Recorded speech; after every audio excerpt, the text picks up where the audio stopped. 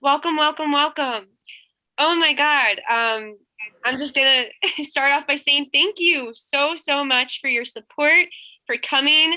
I loved seeing your comments in the live interaction portion of the chat. That was really fun to see what people were saying and feeling. Um, the one thing I just want to say is that this came from true stories. Each element, yes, it was fragmented. Yes, there's a lot of fiction. Yes, there's a lot of different animations and elements to it, but it came from us and who we are as people. So we're really thankful, at least I'll speak for myself. I'm really thankful and gracious that you witnessed us speaking and sharing our artistry because it's a very vulnerable thing. So thank you so much. And I'm going to get started because we only have 38 minutes. So, all right. I have one question I would like to ask all of you. What was it like? This is a very broad question. What was it like coming up for the concept of this film? How did the initial stages come about in making this film? So I'm gonna start this one off and then you guys can jump in. Uh, I personally, this was an experience. This was a journey. We started off obviously with our own personal stories, and then it was about how are we going to combine all these personal, vulnerable, authentic stories into one big story. It was a very interesting process. At first, we started off being Jubilant Llamas, so that could have been the name of the movie, just so you know. Um, it was a lot of back and forth and a lot of just being real with each other and being vulnerable with each other. And this is what we came up with. This beautiful abstract piece of art is what we came up with. At first, I mean, it's been a while, but from what I recall, it was a lot of, there were a lot of drafts, and bringing ideas to the table. And because we were in different rooms over Zoom, it was a little hard to communicate the ideas. And everyone here, it's so creative. Everyone's minds are so artistic. And it's always such a blessing to work with other artists and who have different imaginations, you know. But I think the story really benefited from finding a way to have a through line, and a way to connect all of our visions together. And I think that's where the idea of the of a train kind of came in. We were talking about this idea of a train being a way for our ideas to come together. And then I can't quite recall when the conductor showed up. I don't know. Todd, do you want to speak to that? I think that I remember. So it was COVID.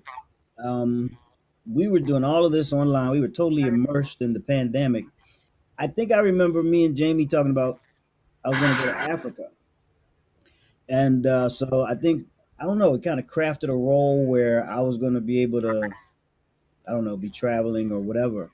But then as the narrative began to take shape, the conductor was originally designed to be kind of like this narrative voice, and so I think I remember that's how it came about.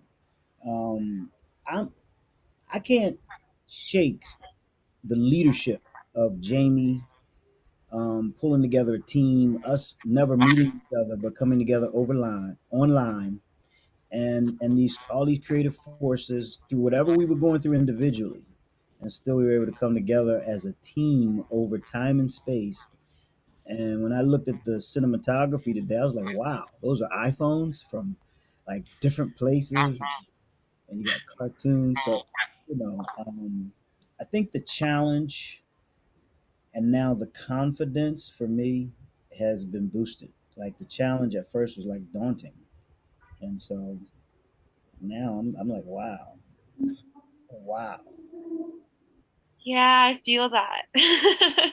It's kind of It's pretty amazing. I just want to touch on one thing that you said, Nick, about the train. And thank you, Todd, for your sweet comments. Yeah, the train, this idea of an infinity loop, is really strong in our film because we didn't want to leave this off by being like, hey, okay, you go for challenges, you go for struggles, and then you get maybe some advice, you go through it, and oh, it's all good and glory for the rest of your days, and you're gonna be fine, and you're never gonna go for another challenge. We didn't want to give that message. The message really wanted to tie into you're probably not probably you're definitely going to go for other challenges and struggles, especially as you grow and find your own identity and discover because we're discovering ourselves every single day.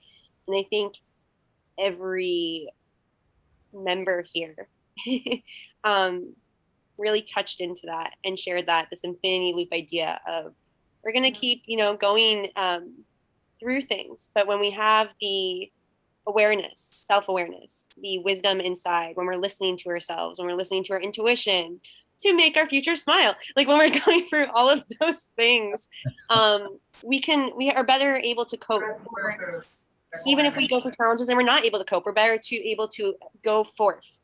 And so that was kind of the message that we really wanted to share here. And I hope that people got that takeaway. But thank you everyone for our first question. I'm going to bring us to our next question. So we have so many different artistic elements in here. There's so many different things that you've seen come about. And I just wanted to know what has been most, I guess, when you were creating the stories and you were deciding what design elements, what do I want? Like, what made you come up with the ideas that you came up with to bring it to life? Why did we bring horror into it? Why did we bring animation? Why did we decide to do cartoons? Why did we decide water? Anyone would like to answer that? I'm going to open the floor. I'm gonna speak for myself and the shadow zombies and all that jazz. Lucinda originated from a poem that I wrote about a girl whose name was also Lucinda, who was trapped at the bottom of a well, surrounded by a crap ton of zombie shadow-like creatures, and was trying to like dig her way out of that. And then at the end, she realized that she was the zombie creatures herself. And I abstracted that and I wanted to try and bring a little bit of fun and comedy into that. So I came up with video game ideas because these are winky and wonky and kind of fun. And originally I had said I wanted a swarm of zombies, but that wasn't possible because it's very hard work to draw and to animate. And COVID to put a little damper on my mind's big plans, because I was over here picturing actual people with like Walking Dead makeup chasing me, and like obviously there's like, how is that going to happen in COVID era?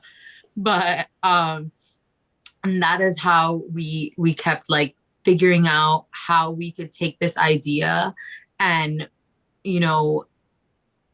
put it on without like with all the restrictions that COVID is giving us and, the budget that we have and all these things.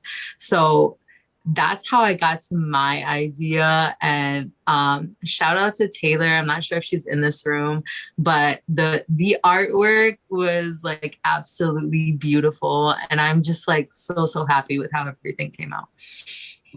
I'll speak for Suli, the character that I played. I think Suli goes through a very internal journey, and I was interested in finding ways to mimic the turmoil that she was experiencing inside, and how finding a way to mirror that outside in her external world. And so that's where fire came in, this idea of suffering inside and the idea of burning alive and what that, the suffering that could bring. Like, thank God I don't know what that feels like, but sometimes internal strife can feel just as painful. I also was drawn to color, the idea of purple being her color that she wore. It represents spirituality when you look at the chakras in the body. And she's also going through a very spiritual experience, spiritual journey of finding herself, and calling on things outside of herself in a realm, whether it be God, ancestors, like her, the woman she hopes to be. That was all wrapped into the color of purple. So I loved playing with elements and colors. Yeah, I think going off of that, I also used fire as a big symbol. And for me, it was, again, I was trying to kind of personify Apollonia's anger and kind of figure out, you know, what what it was like for her to be in this raging state of conflict. She couldn't decide where to go. She didn't know what to do. And so I had the burning house. And part of that was because the home is kind of a symbol for your person, your body. And then I also loved it because I was able to weave it with Suli's story. And I think one of my favorite parts of this film was being able to see what everybody else wrote and then kind of like spark off of that and build off of that. So whether it was the one woman show or the burning house, it was like we were all building off of each other and creating this together. So I definitely think the collaboration of the symbolism was really important to me, and just kind of finding different ways to use natural symbols to personify what the character was going through was important. And then also the choreography was definitely a big part of what I contributed to the film. And I'm very much a writer, so it was a really cool challenge to be able to say, okay, what if we took words out of this and just expressed how we were feeling just with movement. So that was, we put a lot of work into it, and it was really cool seeing that come to fruition. The editing of like all of us looking at each other and doing the same motions was just like so satisfying for me to see us do that. And yeah, that was huge for me. So yeah, I would just add the so I think the voice that we tried to bring or brought was the hip hop, the poetic, rhythmic storytell, and that whole narrative guidance, kind of piece. And it was for me I remember the challenge being because I had to wait for not only wait but participate with everybody's story.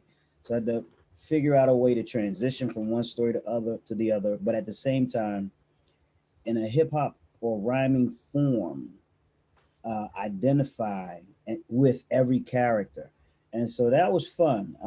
It was challenging, but it was fun, and it was good to see it come together. And particularly Nick just killed his rhyme. Oh my god! Oh, just killed it in the mirror. It was ridiculous. So that whole hip hop vibe added to the multiple genres and expressions in the film. Yeah, amazing. Nick, I know you just saw the question. Do you want to say something on that, or no pressure? Uh, sure. I guess when it came to the story of Nickel, it was sort of it was inspired by some personal aspects of my life, and I associated this story through Nickel's perspective as blue. And I mean, I not the like typical, oh, I'm feeling blue, so I'm sad sort of thing. I tried to flip it on its head and think of it as blue being the color of life as well. I mean, green too, but blue is water, but we live on a blue planet. So blue is the color of rejuvenation. So I don't know. I felt like really connected to water, and I think filming underwater was really, really, aside from being super cool and super fun, it really captured my vision of Nickel's struggle, because water is a saving force of nature, but can also be one that destroys. So it has kind of a dual personality, and I think that's why I brought water into it. And as for the spoken word, I felt like water to me. The way I practice spoken word is very fluid. Sometimes the rhythm kind of changes very sporadically. And some words don't rhyme, some rhyme in the middle of lines. And I kind of think of it as a flow of different rhythms. So I think that's why I was drawn to spoken word, because it was kind of a free flow form of expression. And I hope it worked. So yeah. I just want to jump on top of that and just like commend you for how amazing that was, because like watching that in real time with like the music behind it and like all the like editing, like it looks so good. And it was definitely like one of those moments that like made me tear up. Yeah, honestly, again, I'm so proud and like grateful for all of you guys. I also just want to throw in one thing that for our audience members, something that came of it just to mention, and I'm going to ask a couple more questions and open it up for Q&A, is the ability to create off of one person. And what I mean by that is all of these different characters or aspects of Nickel, our main character. Whether that came across for the film or not, we kind of left that up for interpretation. We didn't want to provide like, oh, here are our dream Bibles and like what we came up with for this and this element, because we really wanted people to have their own takeaways, and we didn't want to influence that. But it did come from all of the opportunity of all these different characters and art forms coming together with one, even though every story was brought into it from each of them, coming through one character and what it feels like in different aspects to be human. So really exciting and cool to see it all come together. Okay, based on that, I would love to ask both what is exciting, and you kind of all touched on this, but if anyone has any answers for this, what is exciting and challenging, either or, in terms of creating this virtually? Like, what has made it so special? What's something so special about this process for you, and what has been challenging, but you're glad that it helped, or something that you'd like to share about any of those? So I got lucky because I got to experience what Zoom filming is like, but also film in person with Jamie. And Zoom filming is definitely a challenge and a half, especially when you're in a room that has crappy Wi-Fi. So it was definitely like a whole ass challenge. And I think it felt like challenging for me because even though like I could hear Jamie and it was this whole process that was going on, sometimes I didn't really feel like I was actually like filming something. I felt like I was playing, which I guess can also be seen as like a perk because it didn't feel as like daunting or as serious. But all in all, like I love this whole entire experience. I think a challenge for me was the writing process. I don't know, there were so many different aspects to it that were coming in all at once. And it was just very confusing to me at some points, and I got a little overwhelmed because there were just so many great ideas, and trying to put those together into a format that would create a really nice story was challenging. But I'm glad that we had so many ideas because that's how we came up with this.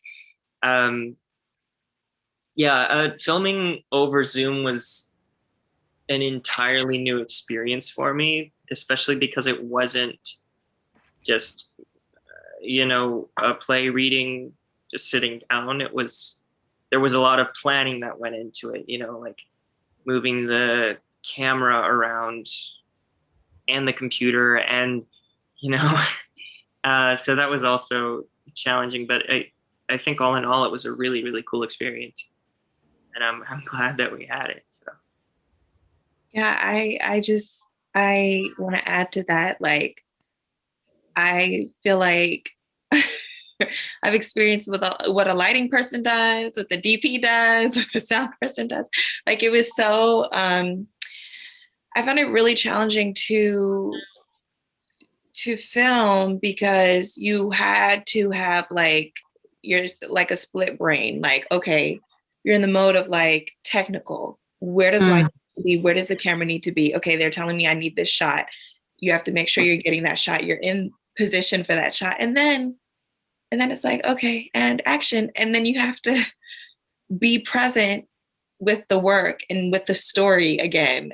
And I know for mine, having the intense, horror, being like, scared, when I was just thinking about like, darn it, like, I hope my phone doesn't turn off, or I hope I have memory for this take right now, was a little hard, but it was really cool to learn. I learned so much. And so that was really cool. So it was a challenge, but I'm glad that it was a challenge. Yeah. Yeah, I would agree. It was just so interesting because like you weren't just acting, you were writing, you were like trying to figure out the lighting. I was out in the woods. The first day that we filmed, we had gotten an unexpected blizzard. So I had to deal with that, which like all the audio is just like snow crunching. So it was definitely, it was funny because I had to focus on the mic and the lighting and the sun going down and then like deer running through the film, which happened. And I honestly, they should be in the credits because it was just so funny, honestly. But I filmed with my mom as my camera person because I was outside, which I'm so grateful to the team we had, both writing, the other actors, the production team who were like on Zoom with my mom and me trying to explain what she needed to do with my phone and my camera. And just like having her be a part of it was really cool. But it was interesting because it was like 1 minute I was like I had fallen in the film, for example. And I don't know if this is in the bloopers, but it should be. I fell like so many times. And one time deer ran through it.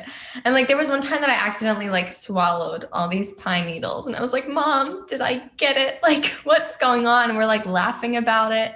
And then it was like I had to go in for another take and immediately be like super angry at the conductor again.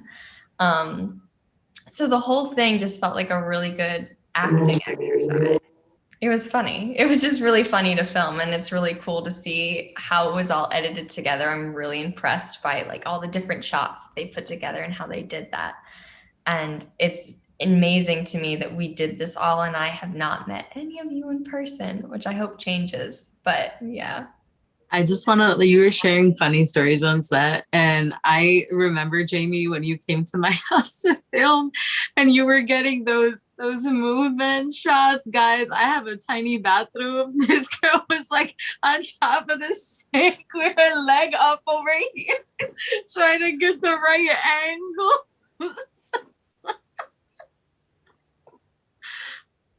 But that bonded us so much more. Very personal. Yeah, it was really funny seeing the different angles when you guys were setting up and you were like, oh, you're looking at me in a different position than I want to be looked at right now. It was just we've had many of that, but all in all, I'm really great. Todd, do you want to say anything? I don't want to cut you off if you do. If you don't, that's okay too. No, I agree with Nick. The challenge with the writing, I remember when we were all writing our own stories and how you guys pulled it together. And then the not knowing when you're filming, or there's these like not one or two missing pieces, like there's a whole section missing. And so you've got to try to anticipate what that's going to feel like and look like. And then you're writing, but we're also isolated. We're all like in our own space, and all of these pieces have to fall in place. And so it was a definite challenge, but the outcome really was great. Seeing the film today was really fulfilling. It's not bad. Yeah, I cry. I've said that many times, but yeah, no, it's really exciting to see it all come together. I'm gonna ask one more question, and then I'm gonna open the floor for Q&A. let me see. Okay, this is kind of a question within a question, but they go really hand in hand. So feel free to answer just one of them, both of them. You may have an answer that covers both of them, or you don't have to. I just wanted to know, you kind of all touched on this, but how have you grown? You know, because this story was personal and it came from you crafting something about your struggle or your fear or this or that. So in watching that come to life, or you know, the lessons that you guys even wrote for each other and your experiences, how have you grown creatively or personally, as well as, you know, why was this a really cool film for maybe young people to see, like, and the takeaways that we created from this? So they kind of go hand in hand, but they're two questions, so I'll open it, leave it at that. I definitely feel like I'm just a whole different person because of this experience. Um, I learned so much about myself. And I remember at some point when we ran through the script, I did have a mental breakdown and start crying. So it was definitely like a lot of emotions and a lot of catharsis and a lot of just like learning who I am, why I am the way that I am, and how I can continue to grow and evolve. And watching the film was like a whole other just like regurgitation of the entire experience, because I really like I know you were saying like, I don't know if the audience got that we were all kind of Nickel. I don't know that if it was because I know that we're all part of Nickel, but I definitely like got that 100% clear. So like towards the end when he just like got everything and had the conductor's hat on, I was like in tears and like in awe of everything, and just like understood like, no, like all of these things, all of these journeys, like he went through all of them like in probably like 12 hours of like sleeping. Like that all happened in one continuous dream. and I'm like, but that's life. You go through challenges like that in the span of like 5 hours sometimes. And like, it really hit home. And talking about how we're all part of Nickel, I think we're also all a part of each other. Also seeing that every single one of our stories touches upon a duality and self-acceptance, with Apollonia talking to her reflection, and Suli talking to the great mother, and me talking to myself. And then you could even argue that Nickel is talking to himself as the conductor. So it's a lot of like, you know, really just accepting yourself for everything that you are. So that's what this has taught me for the 75th time. And I'm so glad, honestly. For me, it's I think much more confidence in the writing, seeing the lyrics and the lines being said, not only by the conductor, but watching each of the characters, particularly in that closing scene, so that the confidence is there. Uh, some of the magic moments for me was, so a little backstory. I probably bought about 5 different conductor hats, right? Because I had no idea. You know, I just ordered them all on Amazon like at one time. And so, and glasses and all that stuff.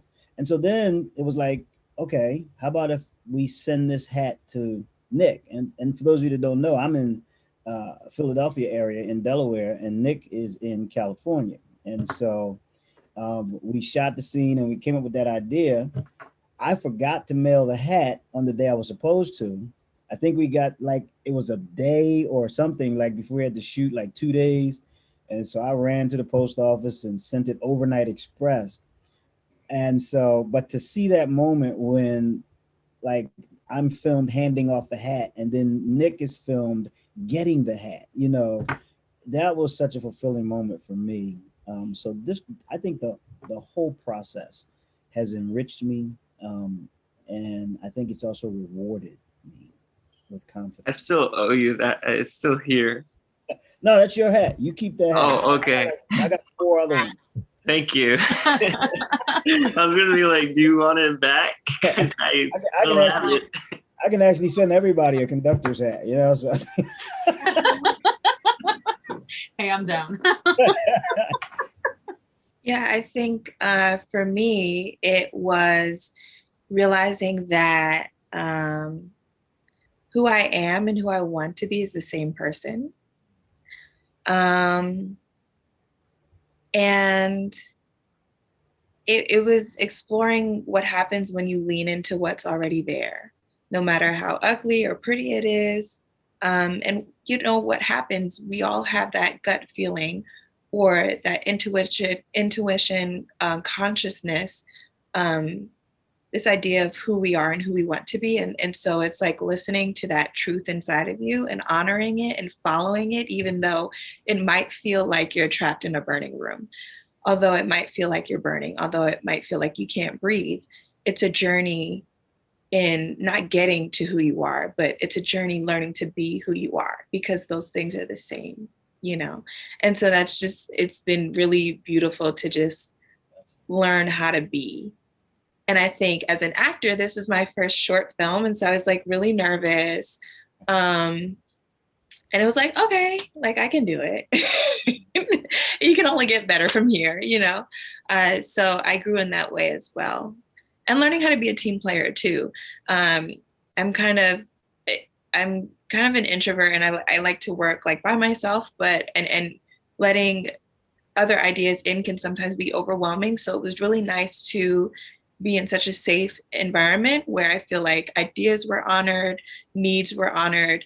It was such an open process. And it was really cool to be exposed to other perspectives and other ideas. And it created something absolutely beautiful. So, yeah, thank you all. Yeah, I think I learned something from every character that was super valuable for me. And it's funny, I actually like have some things that people said in meetings that I was like, I am writing this down because I, as Mary Kate, need to remember that. Like, that's so good. And one major takeaway I had from my character specifically, but I also saw it in like the other characters, and I loved how we all interplayed with that and kind of were on that life journey, was just, I think there have definitely been moments in my life where I was so scared that I didn't express my emotions. And what I really learned from this was that it's better to fight through the fear and live it and express how you feel than to just bottle it up and then years later be like, but what if I had said that? What if I had, like, I'm holding on to these emotions because I never expelled them. And I think what I really learned is like to be brave and be who you are and accept who you are with all of your flaws and all of your talents. They're both good and useful. And it's better to just, you know, be emotionally honest and express who you are to people than to hide it away because you're afraid that it's not okay. Because, you know, expressing it is how you find the people that are your people, and it's how you find the life that you're meant to live. So that was cool. I'm so glad to hear all of that. And yeah, it was really interesting for me to ask that question because it has been such a process. We've literally devised every, and even the rehearsal part, like all of it was almost like a theatrical experience that turned into, like, we didn't even know, everyone here, we didn't know we were going to make a film until we were like, okay, what do we want to make? Here's what we can do. Here are the things. And we're like, let's get out of our comfort zones. And we're like, okay. And then Marissa, who's actually one of the crew members you're going to see at the crew panel tomorrow and was the editor for this film. Amazing, amazing job. Thank you so much, Marissa. Yeah, she was like, well, a short film would be cool. And I was like, it would be cool. And then I remember we all talked about it and we were like, yeah. And Nika, yeah, it was like, I love short films. And it was cool asking, like, what do you love? What do you want to make? So I'm really excited to hear what you all thought about it. And I hope all of you guys took something away from it, or it reminded you of something, because some of these messages you probably already know, but it's nice to sometimes have a reminder, and to see it lived through someone else and to connect with that. So thank you so much all for coming. I'm going to open the floor for the last remaining minutes to Q&A. If there are any, feel free to pop on your mic, pop on your camera, direct the actor of your choice of what you have to say, or if it's for anyone, and we'll do it like that. And we'll go for about 5 minutes, and that'll be the end of our cast panel. So open floor. question for Nick. Okay, so how long can you hold your breath underwater? No, I'm just playing. I'm just playing. I mean, for the wait, do you actually want the answer? No. The real question is, well, one, you had someone help you out for the underwater shots, right? Mm-hmm. Okay, cool. And two, what kind of camera? Well, what did you use to shoot it? Because I saw like 2 different types of cameras being used, I think. Yeah, well, it was not mine. I think it was one of the very much newer ones. I see. Thank you, Taylor. And Merce. I honestly don't know what model it was. It was an iPhone. That's a and new. there were two waterproof cases around it to make sure that it didn't get hurt. You know, pretty sure it was a new one, a new kind of model. That would probably be a question for the crew panel tomorrow. I'm sorry I couldn't be of more assistance. No, you're good. I was just curious because it was really cool how you got the underwater shots, and I never shot anything underwater before, so I was like, It's iPhone 11 with 3 lenses. 3 lenses? Yeah. Whoa. Hey now. Wow. Right, well, That's pretty. Oof. Y'all did really great. It was really awesome. Thanks. I just want to say I loved it. Could anybody hear me? Yes. Hi. It was great. Jamie, that was amazing. Amazing. Once I get my job, I want to donate because it was definitely worth more than $7 that I paid for the actual movie. But I loved it. I was just wondering whose idea was it to have the whispering? So that was actually like, I don't even remember. Like that was so, are you talking about in Suli's scenes? In all of them, like, yeah, especially in that one, it sounded almost like a ghost. It was like, It was very interesting. It was like scary and frightening, but it was at the same time, that's how it is when we have to confront ourselves. You know what I mean? It is kind of scary, like to see the good and the bad and the ugly of ourselves and grow from it. But whose idea was it to do the whispering? I'm just curious. Yeah, so I was really interested in using that for Suli because just as you said, it can be very scary to confront ourselves. And in this case, the great mother, which was the character who was doing the whispering, is actually there to help her. She's calling her to herself. But sometimes when we're trying to become better or become who we want to be, it feels really unsettling and scary because it's new. And so Suli is struggling with trusting the voice, but eventually she does. But you always have that moment of like, is this thing gonna kill me or make me stronger? And so I thought the whisper was a good way to convey that how we can be hesitant, when confronting ourselves, as you said. Yeah. I loved it. Great acting, by the way. It was really good. I love the acting, the editing, the music, everything. Everything was just beautiful. Great job. Great job. Thank you. Thank you. So we have time for maybe one more question, and then we're gonna have to wrap up. We're over by 3 minutes. It's okay. So if anyone else has one more remaining question, please feel free. Hey, so I was wondering, it was such a long process for y'all, and you did it alone in your room, basically, and you are taking your own demons and wrestling with them, even though you kind of put them into this other character. Was this process transformative? Yep, definitely. Definitely. Yeah. I would say that, I mean, building off of like Casey said, I think the word that really struck me was catharsis. And I think just finding that, there are rusty relics still buried in there somewhere, that aren't necessarily malevolent, but that are good to not necessarily to confront, but to notice that they are there, and in doing so, kind of just letting it go, letting it pass through you.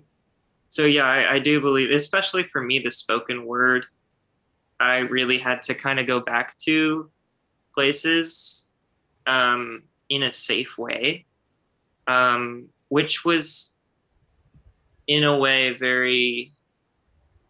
it was demanding, but it was also sort of healing, because I was actually in control of my emotions while being in that character instead of the other way around. So I would say that it was a healing, a way of healing, I think. So yes, I guess long answer short, yes, it was. Yeah, I would say the same thing. I think the process was both fun and challenging, and I think there's some sort of healing in the process. I guess we're all seeing the end product tonight together. So I guess you could call that an overdose, because the process itself was really rich, both challenging. I mean, it was deadlines, timelines, meetings. We had to write, we had to, figure things out, we had to team up, and there were long meetings of discussion and planning. And so it was rigorous. And I think built into that rigor is, I don't know, some sort of healthy challenge. But we've all not known, like, specifically what to expect. And so today was kind of a snowball effect that we didn't see coming. Boom. They did such a great job editing it. It's like an immediate gold medal, like an immediate reward for the labor that was done. And in that sense, I would say yes, it's very transformative. I want to just add on to that about the process. Um, was I transformed? Yes, absolutely. Because I discovered my trauma response, which is flight. Suli's Wow. story almost did not get made because the process was very rigorous, and we were in a pandemic, and we also are living our lives and have responsibilities and are our own individual people dealing with whatever. And so I realized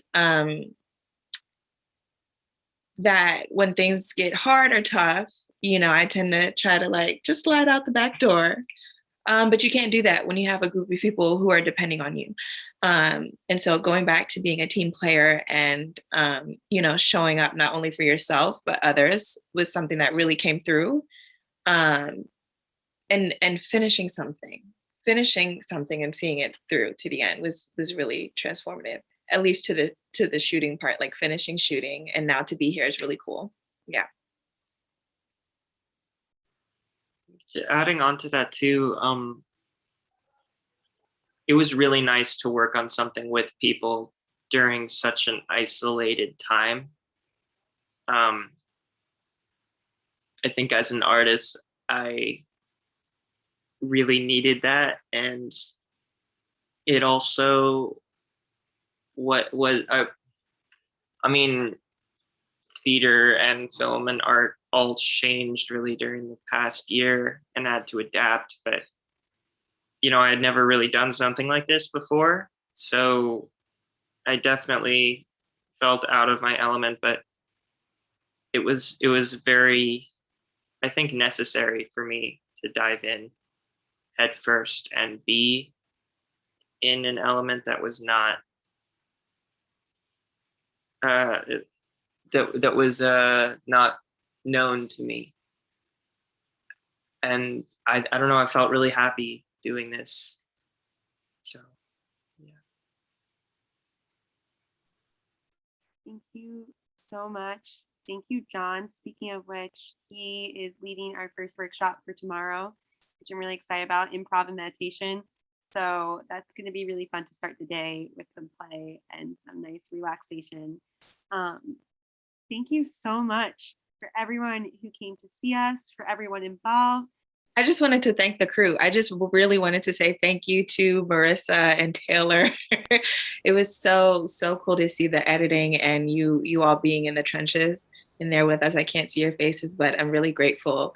And I really wanted to make sure that like it's known that this couldn't have happened without you all. And thank you also to Maria. So thank you, like round of applause, like for the crew. Just wanted to say that. Thank you. Thank you very much. For the crew. And you, Jamie. Oh my goodness. Yeah. Like, thank you, Yeah. Jamie, the head. Like, thank you so much. Yeah. Sorry to interrupt the ending, the closing.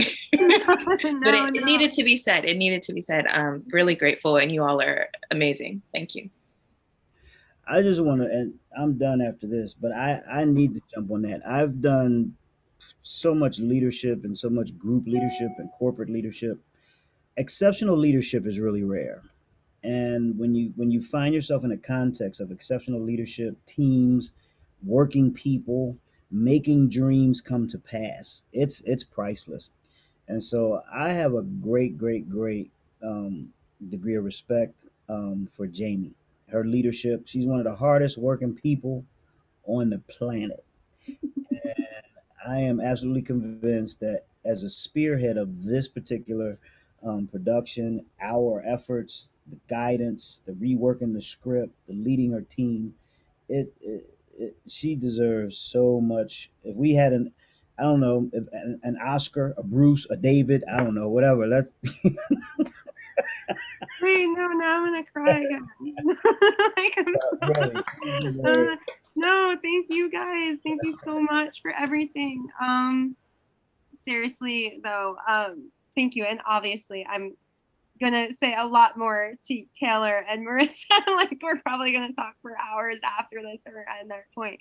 And Maria and even Misha for being part of this whole festival and experience from the beginning. And is planning this festival with me. And I so appreciate and love all of you. And yeah, that's all I'm gonna say for now. Have a wonderful night, everyone. Thank you for staying past the time. Lots of love. Have a wonderful night. And I will hopefully see all of you guys at the festival tomorrow. All right. Bye, everyone. Bye.